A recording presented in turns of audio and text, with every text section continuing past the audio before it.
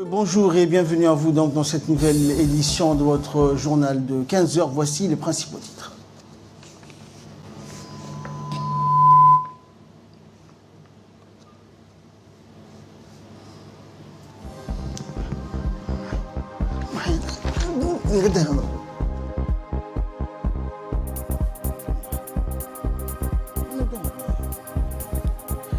Le RPP donc organise l'université citoyenne de proximité pour la troisième fois. Et en France, 4 policiers ont été tués au couteau à la préfecture de police de Paris. Bonjour à tous. C'était la 3e édition de Rencontre citoyenne. Elle s'est ouverte ce matin au Palais du Peuple. Cette rencontre a débuté donc dans une ambiance festive et fraternelle, des chants divers suivis de l'hymne national. Cette rencontre a, comme à l'accoutumée, rassemblé l'ensemble des membres du gouvernement, les cadres du parti, à quelques échelons, que ce soit donc les adhérents et sympathisants du RPP, ainsi qu'un nombre important de citoyens issus de la société civile djiboutienne. Cette journée a été dédiée aux militants pour insuffler un idéal et un état d'esprit, donc s'incarnant dans un engagement utile et responsable au service de l'intérêt général. Avec pour thème Djibouti avant tout, cet idéal a clairement traduit un impératif dans le but d'investir un meilleur avenir. Cet événement a été nourri par des débats et des questions-réponses relatifs aux affaires sociales, au militantisme, des thèmes de fond donc.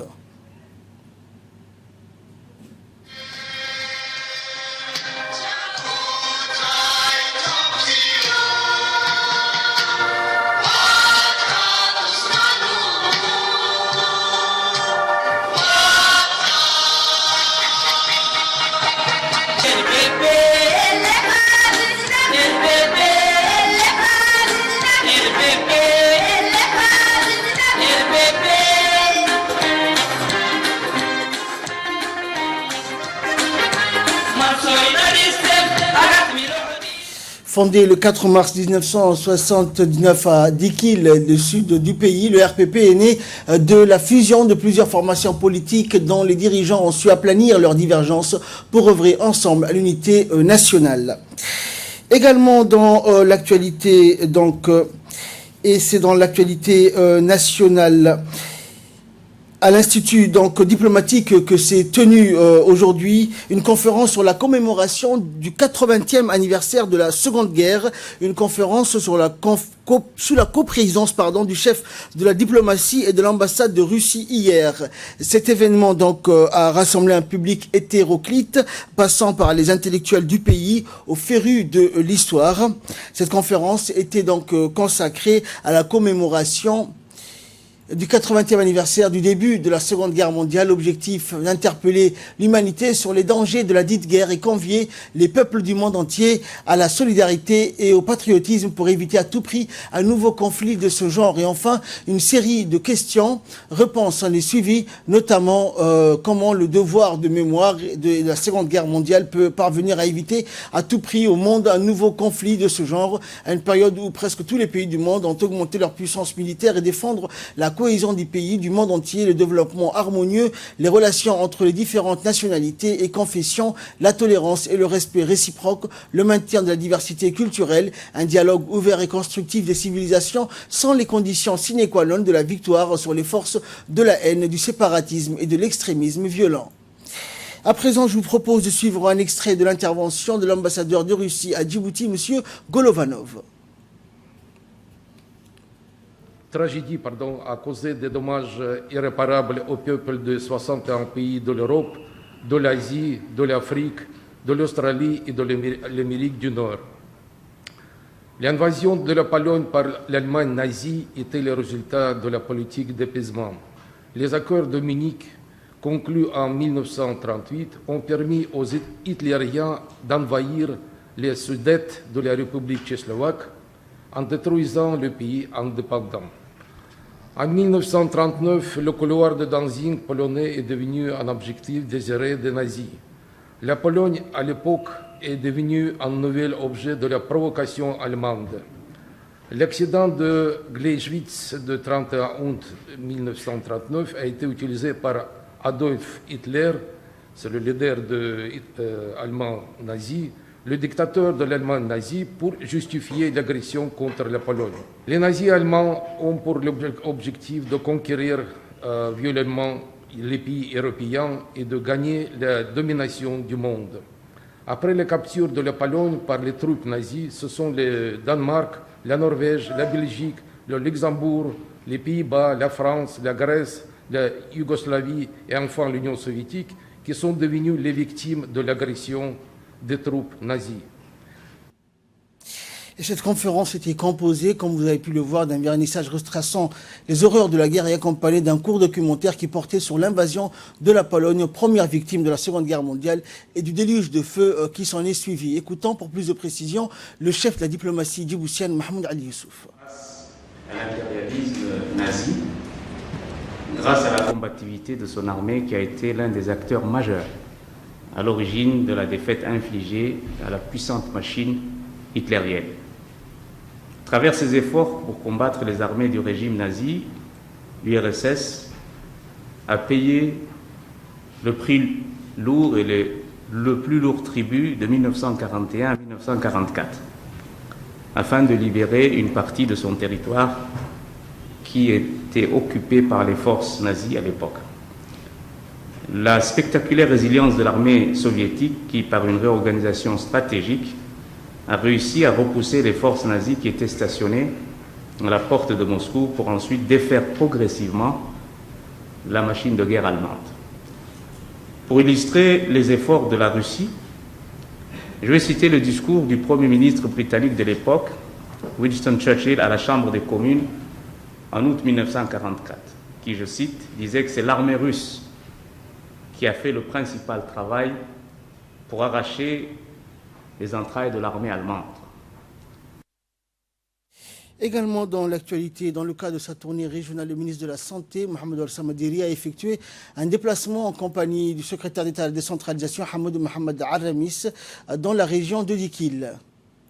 Accompagné d'une forte délégation de parlementaires au Karoua, des deux ministres ont été accueillis sur les lieux par le président du conseil régional, Abdelrahman Younis, et le préfet de la région, Adel Moussa Adrar, qui par ailleurs a été félicité par le ministre de la Santé pour sa récente nomination à ce poste. Tout au long de la visite, la délégation ministérielle a pu suivre les explications du médecin-chef du CMH, Dr Ahmed Ali Roufa, qui a présenté les différents services qui composent le CMH de Dikil, comme le bloc opératoire, la pharmacie, le laboratoire, la maternité et les services des urgences. Le ministre de la Santé, Mohamed Al-Samma, s'est donc enquis de l'état des lieux exhaustifs du CMH de la région haut-karoise qui couvre la plus importante région du pays de par sa superficie et sa démographie.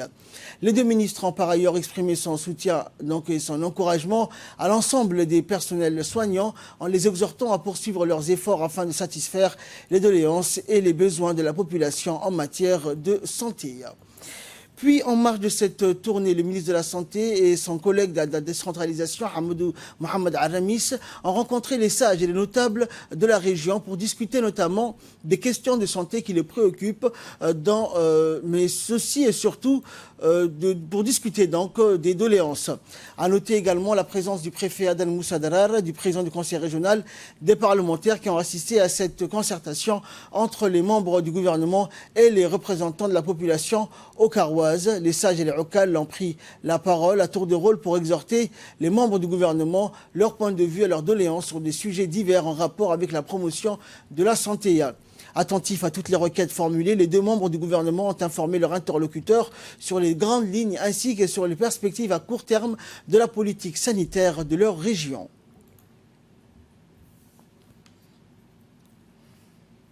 Et dans la foulée, donc, continuant leur tournée en région haut-karoise, le ministre de la Santé et son collègue à la décentralisation, Hamoud Mohamed Alami, se sont rendus dans la sous-préfecture de As'ila pour visiter le poste de santé dans cette localité. Accompagné donc du préfet de la région Adel Moussa Adrar, par le président du conseil régional et ainsi que par les parlementaires de la région, la délégation ministérielle a effectué une visite guidée de ce poste de santé en présence du médecin-chef du CMH, Ahmed Ali Roufa. Rappelons que cette visite s'inscrit dans dans l'agenda des tournées de prise de contact dans les régions que le ministre de la Santé a initiées au lendemain de sa nomination. Ainsi, le ministre de la Santé, Mohamed Warsama, a donc pu constater par lui-même l'état des lieux pour en mesurer la qualité des prestations et des paquets minimum d'activités qui y sont dispensés au sein de cette structure sanitaire de niveau 1. Par la suite, le ministre de la Santé et son collègue à la décentralisation ont rencontré les notables de cette localité ou de cette sous-préfecture pour recueillir leurs doléances ainsi que leurs préoccupations majeures en lien avec la santé.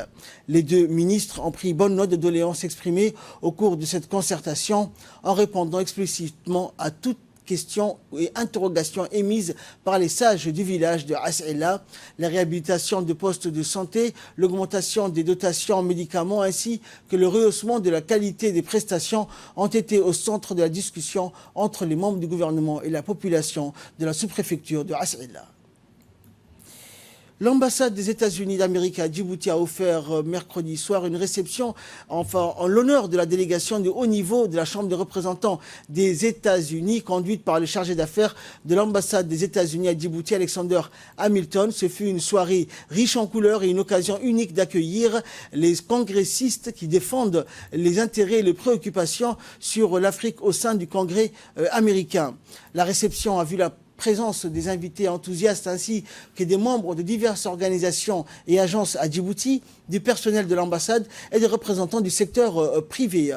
Composée de l'honorable Ilhan Omar, Karen Bass et Sheila Jackson Lee, la délégation a reçu un accueil chaleureux. Le moment marquant de cette réception a été la tenue d'un débat fructueux entre les parlementaires et les invités.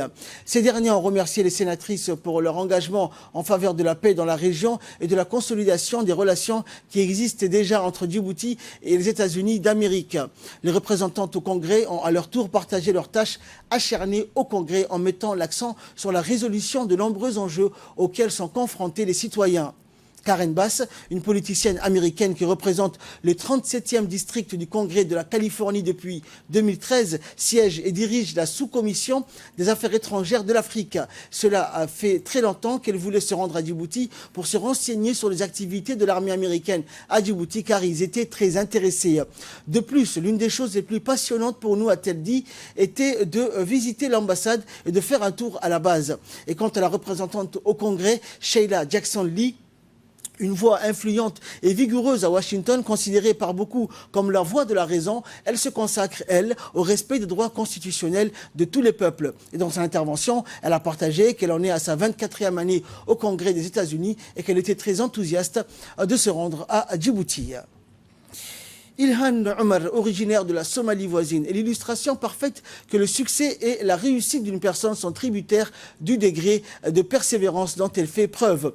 Dans son allocution, la représentante du Congrès, Ilhan Omar, a souligné que la question de l'Afrique est une priorité sur laquelle la plupart d'entre nous donc sont d'accord, a-t-elle dit, quel que soit le parti qui exerce le pouvoir. À son arrivée au Congrès, elle a voulu travailler dans le domaine des affaires étrangères pour siéger à la sous-commission pour l'Afrique afin de pouvoir faire un travail qui l'épanouirait donc et la rendrait heureuse. Elle a expliqué également son intention de se rendre à Djibouti qui est pour examiner donc la présence militaire des États-Unis et voir quel modèle de partenariat ils ont développé avec Djibouti afin d'avoir l'occasion d'en apprendre davantage sur leur position et leur importance dans la région. Sport pour clore l'actualité nationale. L'équipe nationale de football a quitté les locaux du centre technique national hier après-midi au bord de bus modernes de transport de la gendarmerie nationale pour se rendre au camp Cheikh Moussa du PK23 où ils vont passer une semaine pour un stage bloqué dans les infrastructures de l'école internationale de police judiciaire de la gendarmerie nationale et ce en perspective du match contre la Gambie prévu le 9 octobre dans le cadre des qualifications de la Coupe d'Afrique des Nations. Ce stage bloqué intervient une semaine avant le match contre la Gambie, une rencontre qui s'inscrit dans le cadre des qualifications de la CAN. C'est la seconde fois que l'équipe nationale va effectuer une mise au vert dans ces lieux où ils jouissent donc de tous les moyens nécessaires et les conforts idéaux grâce au colonel Zakaria Hassan Aden, chef d'état-major de la gendarmerie nationale qui a voulu apporter sa contribution à l'épanouissement physique et moral des joueurs. Le chef d'état-major général de la gendarmerie Le chef d'état-major de la gendarmerie nationale, le colonel Zakaria Hassan Aden, a promis que son institution apportera un soutien permanent à l'équipe nationale et aux efforts de la FDF. Et de là, nous passons à ce qui fait la une de l'actualité internationale. 4 policiers ont été tués au couteau au sein de la préfecture de police de Paris. Un homme muni d'une arme blanche, un couteau de cuisine, pour être précis, a attaqué plusieurs fonctionnaires qui se trouvaient à l'intérieur de la préfecture de police de Paris hier et a réussi à tuer 3 policiers et une femme agent administratif, a informé le procureur de la République de Paris, Rémi Hetz. Une 5e victime, un policier, a été transporté en urgence absolue à l'hôpital d'instruction des armées Percy de Clamart. L'agresseur, qui était un employé de l'administration, a été touché par balle à la tête par un autre membre des forces de l'ordre présentes dans la cour même de la préfecture. Il est mort sur le coup. L'homme armé, originaire de Martinique, âgé de 45 ans, travaillé au service informatique de la direction du renseignement depuis une quinzaine d'années. Ces 3 premières victimes ont été tuées dans le locaux de ce service, la 4e dans un escalier. Les motifs de l'attaque ne sont pas encore établis, mais la piste d'un conflit personnel serait possible, ont estimé des enquêteurs. En tout cas, le parquet antiterroriste n'a pas encore été saisi, d'après des sources judiciaires.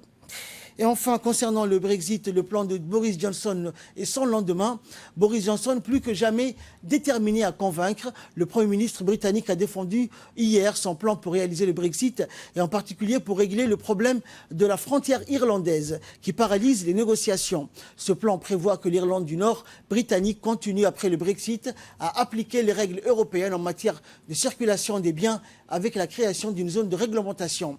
Le Premier ministre d'insister, il n'y aura pas de rétablissement des frontières physiques. Sans surprise, l'opposition travailliste tire à boulet rouge sur les propositions de Boris Johnson, estimant qu'elles ne sont pas faisables et ne constituent pas une offre sérieuse. Le chef du parti travailliste dénonce les contradictions du gouvernement conservateur. Le Parlement européen a déjà adressé une fin de non-recevoir au plan de Boris Johnson, estimant qu'il ne constitue pas la base d'un accord. Des réactions négatives aussi en Irlande du Nord, où des entreprises se montrent circonspectes. Si le plan de Londres élimine certes des contrôles réglementaires entre l'Irlande du Nord et l'Irlande, il impliquerait des réglementations divergentes entre la province britannique et le reste du Royaume-Uni. C'est tout pour cette édition. Merci de l'avoir suivi. Excellent suite de programme sur Télé Djibouti.